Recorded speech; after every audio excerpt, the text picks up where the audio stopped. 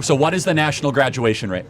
I mean, you tell me. 59%. How many of you know someone that dropped out of college? Everyone hand goes up. Yes. That's me. 41% of kids that go to college do not drop out. Yeah. What percentage of kids that graduate college get jobs that do not require a college degree 10 years after graduating? I'm not sure. Over half. Okay. So the degree is useless for over half. I feel like of the, hold on. Hold on. You just spoke. So Let me, no, debate right, those two fair things: graduation rate and whether or not a college degree is useful in the marketplace.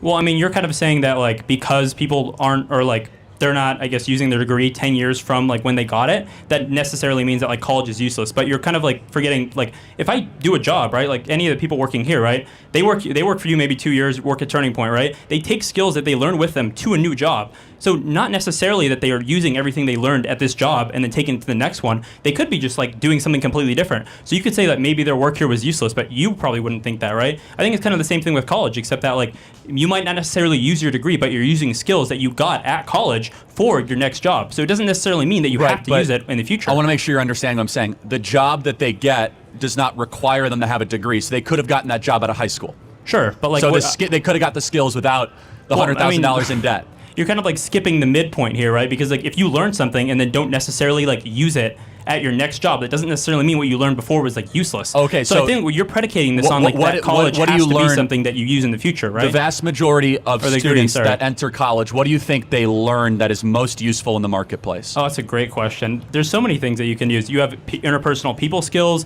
You have the ability to speak. You have communication classes where you learn how to make a speech, like I'm doing right now. So you think, have plenty of different college things. is necessary to learn to give a speech, or I mean, interpersonal? probably not necessary, but I don't really know so where it's not anyone necessary. Okay.